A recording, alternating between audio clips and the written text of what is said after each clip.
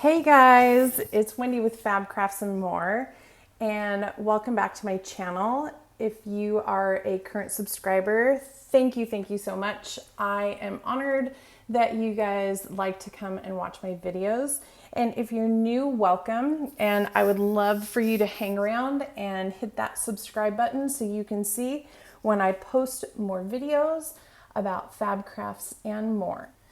So today we're going to talk about different ways. I'm going to do 4 different ways to create the top of your hanging plant hanger. Yeah, hanging plant hanger. Sure, we're just going to go with that. So we're going to talk about 4 different ways, one of which is using this gathering knot. That's what this is called right here. And I just did a video talking about gathering knots, square knots, and spiral knots. 3 super basic knots to help make you a very cute plant hanger. So go check that out. I'll link to that. The other way we're going to look at making a plant hanger is by also just using what's called a lark's head knot on a metal ring. I'm also going to show you how you can create a hanger without any metal rings. So if you don't have something hanging around or you don't want to go out to the hardware store or the craft store, there's some easy ways to do that. I'm also doing this in my kitchen. I talked about this in my last video that I use my kitchen cupboard handles to do this. So you don't need anything super fancy to be able to create this. Sometimes I will use a carabiner. It's called a carabiner. It opens up like so. So you can place your cording in here, and then you could, this I can just hang right over the top. But if you have something that's closed, like in here, let's say I didn't have this little guy up the top, then I could just take this and hook it on and have something to hang on to. Whoa, like that. Let's take this off. Anyways, I just am trying to show you that there are easy ways. If you, don't have some sort of hanger, go check out my other video too. You can see I use the doorknob in my closet and an over the door hanger too. So lots of ways that you can do this without having to buy something right away, or if you're still waiting for your Amazon shipment, because those have been a little delayed during this time. All right, let's get started.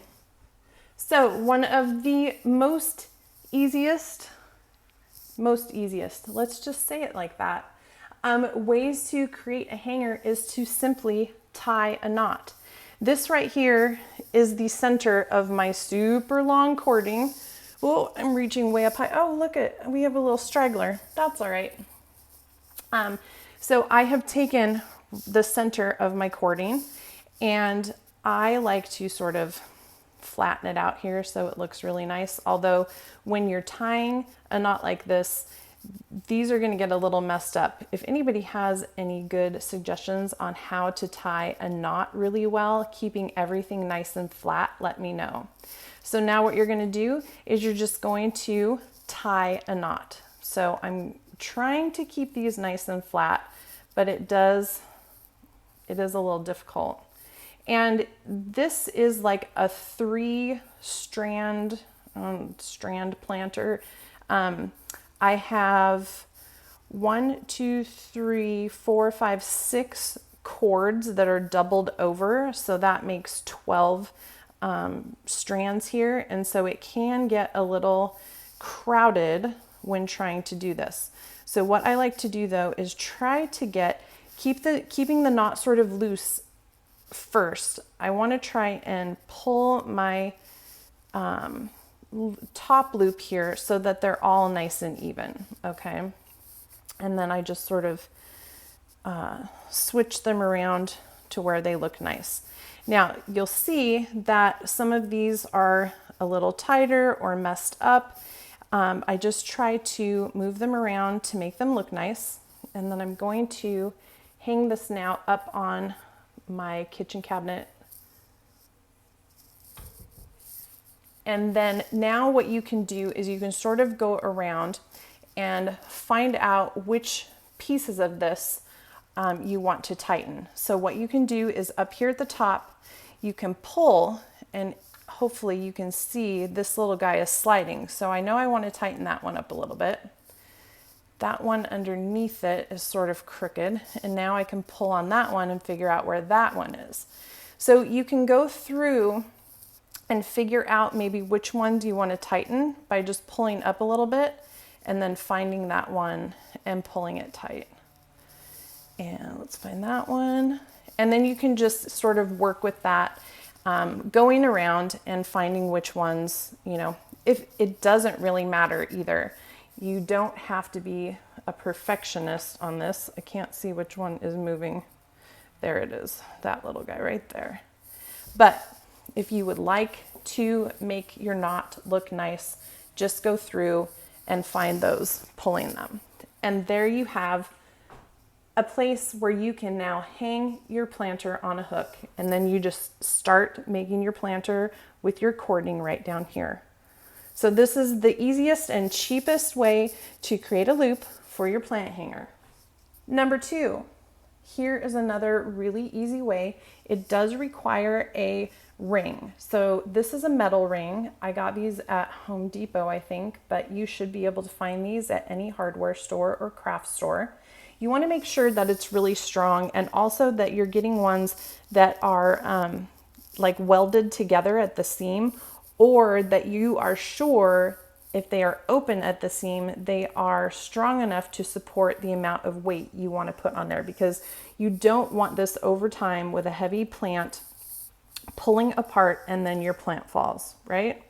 Okay, so they also make wooden ones. Sometimes you can find them in like the drapery section at Bed Bath & Beyond, or most craft stores do have wooden rings, metal rings. Hardware stores also have them. So this is what I use when I create this kind. We're not going to do this one yet. We're going to do a different one, but you can see how it goes in there.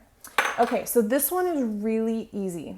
So I have my cording over here draped over the handle, and these are the centers. So I'm going to bring this one up. This is the center of my long piece of cording, and we're going to attach this to the ring using a Lark's head knot. Now, if you've done any macrame projects that are just on like a rod or a branch, this is usually how you attach your macrame cording to that. So what you do is you come from the front of the ring, place your loop inside the ring, and then pull your cording through the loop like so, okay? Now, I have gone up and through. If you come up and through the back, you're going to get this look, which is fine, because especially on the ring, you can turn it any way you want it. Usually when you're working on a dowel or a rod, you want to have this part showing. It's just a little prettier, but that's what it would look like if you did it the other way. So now I'm just going to do that with all of the other strands. Just pull it through like so. And we're just going to go and do this. This is super easy, and I actually really like the way this turns out for starting a project. And there's 4 and 5.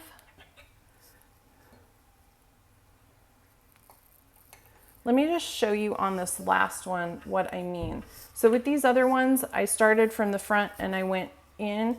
If you bring this up inside and bring it back, you're gonna end up with your knot looking like this. And you know, it could actually be really cute if you alternated those. And if you turn it around, you'll see it's the opposite.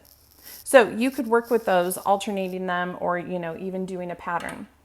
But here we are. This is, like I said, I had 6 really long strands that I folded over, so that creates 12 cords. Each knot that you work with, if you're doing square knots and spiral knots, you need 4 pieces of cording per knot. And so this is going to create a 3-stranded plant hanger because I have 3 sets of 4.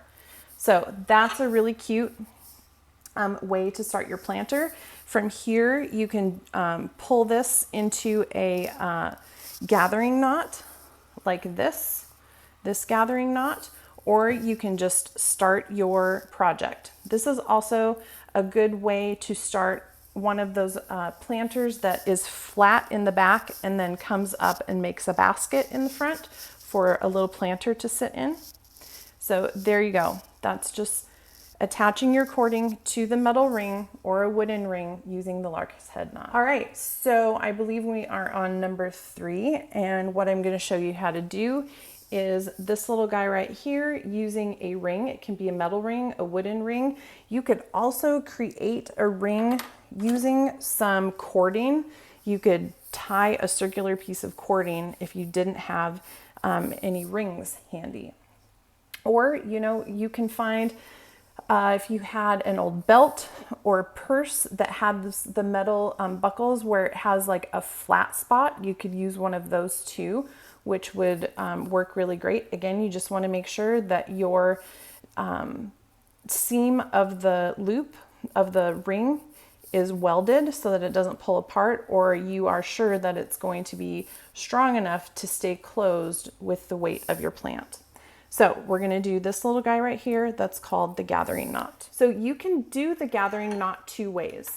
You can do it without a ring and just start how you do the gathering knot. Now I showed this in the last video, so you can go check that out. It's got 3 basic knots for making a really cute plant hanger.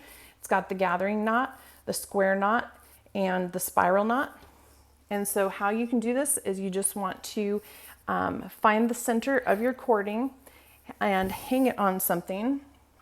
I think I'm actually going to go ahead and put this one on the carabiner just to show you, because I think I like how this is hanging off of the carabiner instead of sort of around there. So then what you're going to do is you have your length of cording measured to how long you want it to be. So what you need to do is take your length of cording. You have this end of the cording pointed upward in the same direction as your working cords, and you want to create a loop. This loop needs to be longer than the gathering knot, however long you want the gathering knot to be, because you need to have this little end poking out the top, and you need to have part of this loop poking out the bottom. You'll see as I go along. Now, I try to make sure that these are sort of nice and flat. I grab them all and pinch my loop and cording together, and then I just start wrapping. Now this first little one can sometimes be a little bit problematic, but you just want to hold it and bring that down like so. And then you do want this to be pretty tight, because these gathering knots can slip up and down along your cording, and you don't want that to happen. So you just wrap it around like so, and then you find the loop here. You place the tail end of that through the loop, and then you pull up on this little tail that's sticking up. And what that does is it pulls your lower tail up into the knot like so, and it hides it, and it creates this really great little start to your project. Then what you do is you clip these with scissors right up next to the edges, and then it's hidden. And so then you have your nice little loop. Now, sometimes the reason why people put these on rings is because, you know, when you're getting up there and hanging it, when you have all these loose ends, you do have to kind of, you know, fiddle with it to get them all hung correctly. And so there you go. So I'm going to take this apart now, and how you do that, let's say you mess this up or you want it longer or you ran out of cording. You just take that lower tail, hold onto your upper loop, and it'll pull that loop back through And then you can just take it apart like so and unwrap it. There you go. So now I'm going to show you with the metal ring. And all you do with the metal ring is you just, I have my center here. You take your cording and pull it through. And then bring this to the center. There, I just measured it back again because I totally moved it. And you do the same thing. So I like to hide the seam in here, but of course you can flip that around at any point in time. So now I like to straighten these out a bit. We've got our end pointing up. We create a loop longer than we want the wrapping to be. And then you just sort of hold it all in position, pinching it like so, and just start wrapping.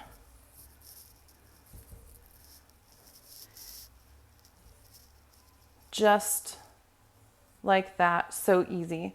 And then when you get to where you want to stop, you stick that end through the loop, hold on to the end, sort of pinching down here, and pull up on your top tail and pull that loop right up into the wrapping. And I sort of like to pull both ends then to tighten it up. And then you clip right here close to the wrapping, and you clip here close to the wrapping, and then you have your beautiful gathering knot to start your project. We're going to go to number 4 now. Now I have shown you a couple ways you can create your hanging loop without a ring, and they're pretty basic ways. And this is going to be a little fancier way of doing it if you don't have a ring, or you don't want to have one, or you don't want to buy one, or you don't want to go out. This is a planter that I purchased from Joanne. I keep using it as a sample. It still has a tag on it. I haven't used it yet. But we're going to create this fun loop using that same gathering knot technique, okay? But it's just going to be a lot longer, and it's going to go, we're going to end up bending it here at the center of the cording and then finishing it off at the end. So this ends up being a little bit, it's not hard, but it just takes a little bit longer. And you need to make sure you have enough cording for this length.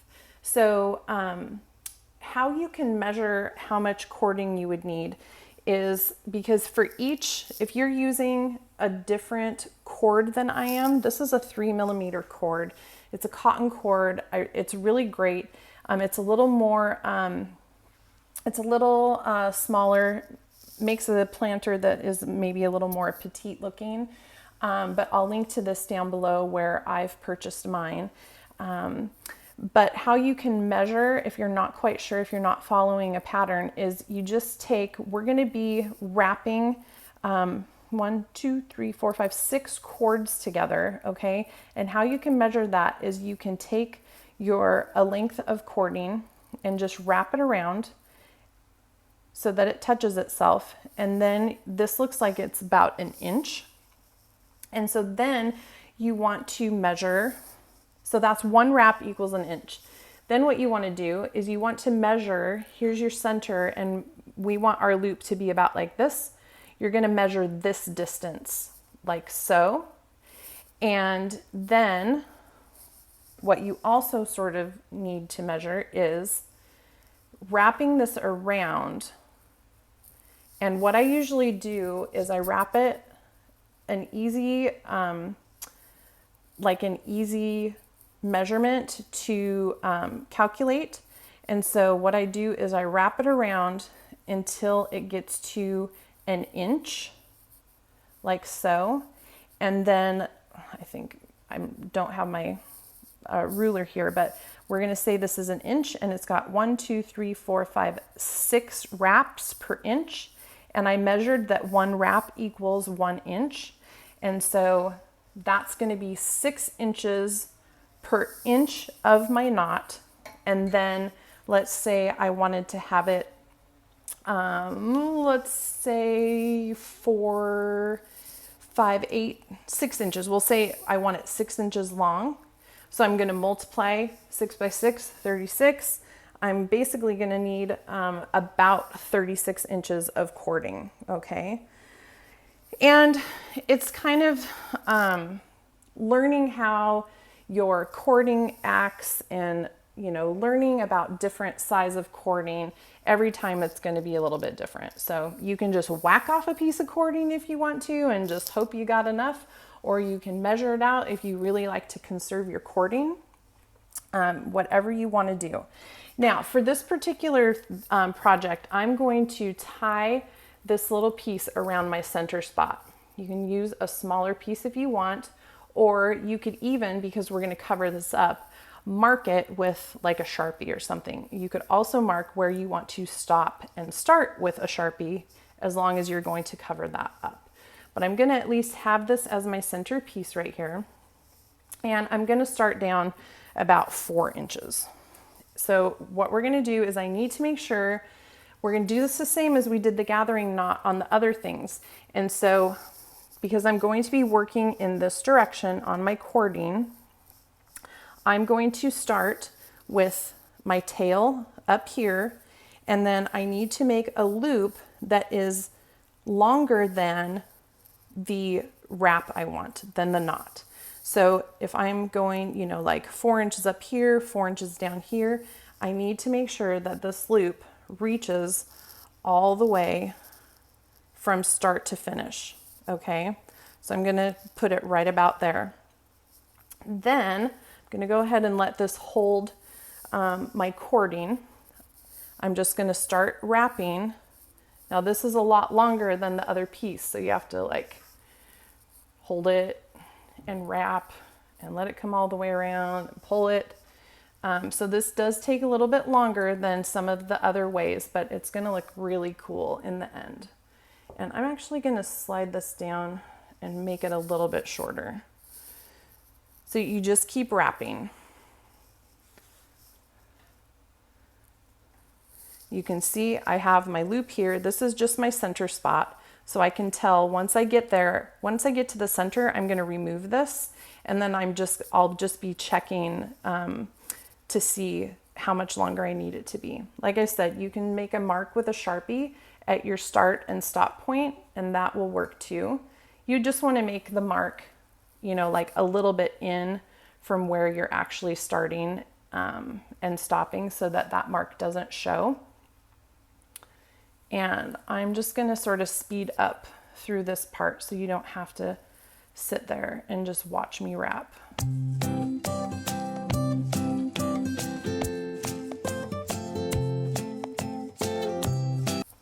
Okay, I'm gonna remove this little piece in the center that I put there, and I'm just gonna keep wrapping.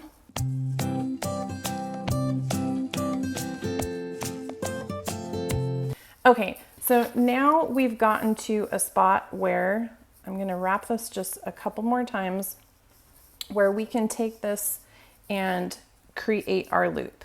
Now you could end it right here and pull your string through and then continue with another gathering knot like I'm gonna do, but I'm just gonna continue from right where I am.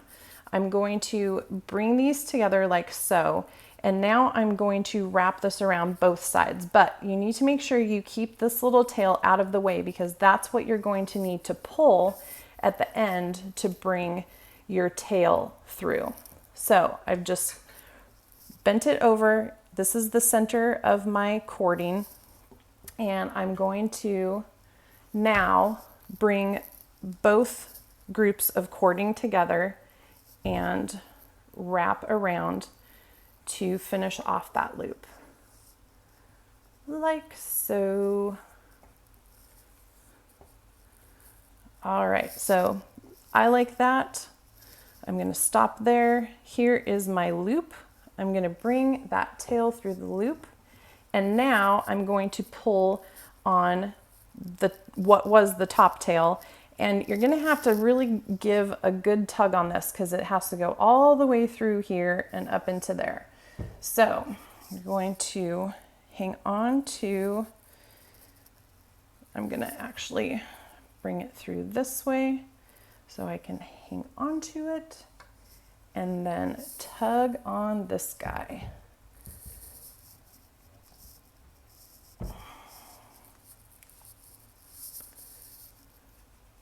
There we go. And now we've got it started. I need to just pull that right up into the end. So now I've got the tail pulled up into here where it can be hidden. I'm going to pull on both of them at the same time, and then these guys can scoot down, and there you have your loop. So now what you'll do is you'll trim these two ends so that you don't see them, and there you go. So if you don't have any metal loops, but you still want a stylish hanger, you can use the gathering knot method. All right, so we had 4 different ways you could do this, and technically I think sort of 5, but we've got there was the just tie it in a knot method, which is super easy. We have the lark's head knot going through a ring. We also did a gathering knot with and without a metal ring, and the gathering knot that went all around the loop to create its own loop with no metal or wooden ring. So one thing you guys want to be aware of is that when you're working with macrame cording, and the cording is rubbing against itself when you're pulling knots, you are going to end up with a bunch of fibery dust. So like I said, I'm doing this in my kitchen right above my black microwave, and check out all of that cotton dust coming off of the cording. All right, guys, thanks again for joining me. I really appreciate you coming and watching my videos. Don't forget to hit subscribe down below if you have found this video helpful. Click the bell notification so you are alerted when we have more and exciting videos. And I hope you guys have a great day.